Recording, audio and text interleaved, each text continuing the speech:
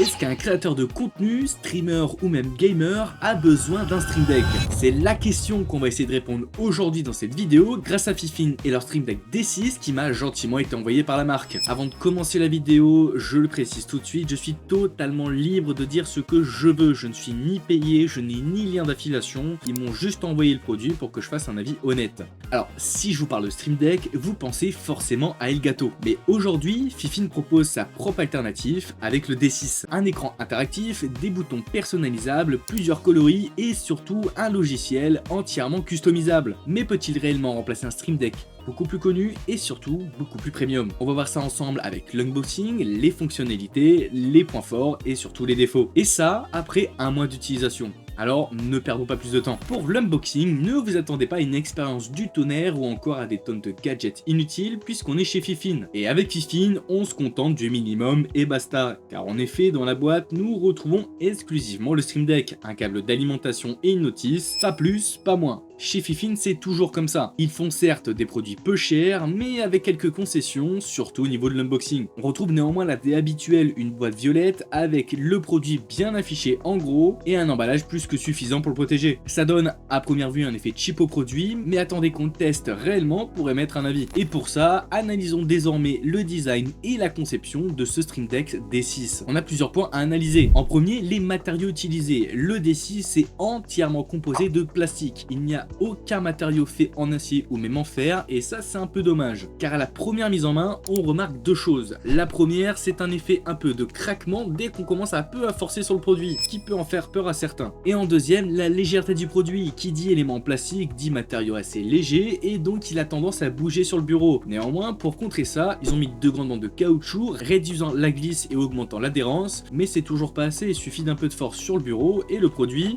glisse tout simplement. L'écran quant à lui est un point très important à prendre en compte, et on va s'y attarder. Déjà, on est sur une taille très raisonnable avec ses 15 touches réparties sur 3 lignes. Elles sont d'une taille un peu plus grosse que la moyenne, comme vous pouvez le voir avec ce Stream Deck d'une marque concurrente. Ensuite, la luminosité, elle aussi, est très bonne, ajustable à souhait, et même en plein jour, les touches sont toujours très visibles. Malgré que ce soit des boutons physiques, la réactivité n'est pas des plus rapides. Une certaine latence peut se faire ressentir en passant les pages, et c'est vraiment dommage, ça gâche un peu l'expérience. Le ressenti à la pression de la touche, quant à lui, est très agréable. On dirait qu'on éclate des petits papiers bulles. On n'en a pas encore parlé depuis le début, mais ce D6 possède une particularité esthétique qui est plutôt intéressante. Je parle bien évidemment de sa bande lumineuse RGB tout autour. Elle est réglable manuellement via un bouton à l'arrière et possède plusieurs modes de RGB comme la respiration, le statique, l'arc-en-ciel et j'en passe. Ça donne un effet pro gamer à ce produit, ce qui peut le rendre un peu trop niche pour certains acheteurs et le rendre obsolète pour d'autres, car un public qui n'est pas fan de RGB ne va pas forcément l'acheter, même si cette bande lumineuse est désactivable. En conclusion, l'esthétique lui est réussie, mais la qualité des matériaux quant à lui n'est pas des plus nobles, mais reste utilisable. Il est temps désormais d'évoquer un peu plus les fonctionnalités, les spécifications du produit, car c'est cool qu'il soit beau, mais s'il est inutilisable, bah ça sert concrètement à rien de l'acheter. Ce Fifine est composé de 15 boutons physiques composant une page sur le logiciel configurable. Chaque bouton sont personnalisables sur le logiciel afin de créer en théorie un nombre infini de pages ou dossiers intégrés à chaque page. Plusieurs choses peuvent être contrôlées initialement par le logiciel, la création de macros, la création de combinaisons, la possibilité de contrôler l'audio du PC ou de contrôler les scènes ou actions de votre OBS, l'activation de touches spécifiques, en bref, énormément de choses. Et la subtilité intéressante, c'est la possibilité d'intégrer des plugins créés par la communauté. Étant moi-même un grand fan du jeu 5M, il est important pour moi d'utiliser des emotes à tout moment pour un peu augmenter l'immersion du jeu. Et pour ça, à la base, on les écrit manuellement ou via des macros sur un pavé numérique, mais tout le monde n'en a pas. Et ce Stream Deck possède un plugin qui a été créé par la communauté permettant d'appuyer en une seule touche pour effectuer plusieurs emotes sur le jeu, et ça c'est très utile. Et moi je vous donne l'exemple de 5M, mais il y a plein d'autres jeux qui sont compatibles avec, ou même d'autres logiciels comme DaVinci Resolve qui vous permet de faire des macros plus spécifiques au logiciel directement sur le Stream Deck en un clic. Et ça c'est un très bon point, je sais que Elgato le fait également, mais là on est sur un produit 2 fois moins cher. Le logiciel est très facile d'utilisation quand il n'apparaît pas en langue chinoise quand vous le lancez, parce que oui, quand j'ai lancé pour la première fois c'était en chinois, et j'ai mis un bon 5 minutes pour trouver où changer la langue. Et ça peut décourager certains. Après, en parlant du logiciel, c'est pas un secret, il est connu par les autres marques concurrentes qui font des Stream Deck hors Elgato parce que c'est une structure de base. Fifine a juste rajouté leur couche esthétique qui, honnêtement, ne change pas réellement des autres logiciels. Les fonctionnalités quant à elles restent franchement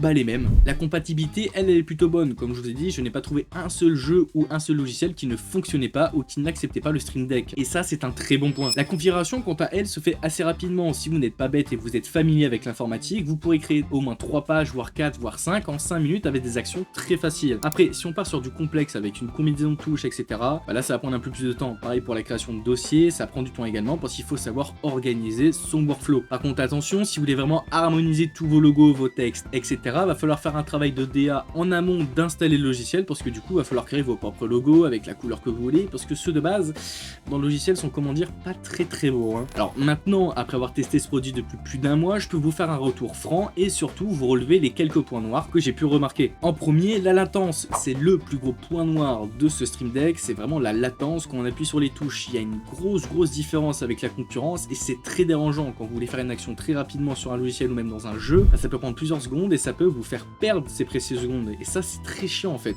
Je ne sais pas d'où vient ce problème, j'ai essayé de le régler en optimisant le logiciel mais rien ne change, je sais même pas si c'est un défaut de mon produit, mais clairement bah c'est pas satisfaisant à utiliser quoi. Deuxième point noir, c'est l'inclinaison du produit comme vous pouvez le voir. Rien n'est réglable, c'est l'inclinaison de base. Alors quand vous avez un bureau assez serré, ça va parce que votre main est tout proche, mais plus votre bureau est grand et plus vous le mettez loin, plus l'inclinaison va vous déranger pour voir les touches et surtout voir précisément ce qui est affiché sur les touches. Comme mon bureau qui fait 80 cm de longueur, je laisse mon Stream Deck au fond, bah des fois c'est un peu dérangeant parce que je suis obligé de le rapprocher pour voir réellement ce qui est écrit sur mes touches. Et pareil, c'est un peu frustrant quand on veut l'utiliser rapidement. Son dernier point noir, bah c'est la bande lumineuse. J'aurais aimé qu'on puisse la configurer sur le logiciel pour pouvoir activer des choses utiles avec, par exemple une barre de vie quand vous descendez en dessous du 75%, elle se met en rouge, ou votre batterie de souris n'est plus bonne, bah la luminosité va se mettre en rouge également, ou au contraire elle est remplie, la bande est verte, enfin bref, j'aurais bien aimé que plusieurs choses grâce au logiciel auraient pu être intégrées avec cette bande lumineuse qui pour l'instant est juste obsolète, parce que du coup, à part le bouton physique, on ne peut rien faire avec, c'est purement de l'esthétique et c'est purement gadget. Sinon, à part ça, bah, j'ai trouvé que des points positifs, comme dit tout à l'heure, le logiciel est bon, c'est facilement configurable, c'est réactif, c'est lumineux, ça marche en fait, ça marche. Donc moi, la question que je vais vous poser, c'est est-ce que ce deck, donc le D6, est plutôt axé pour les gamers, les créateurs de contenu ou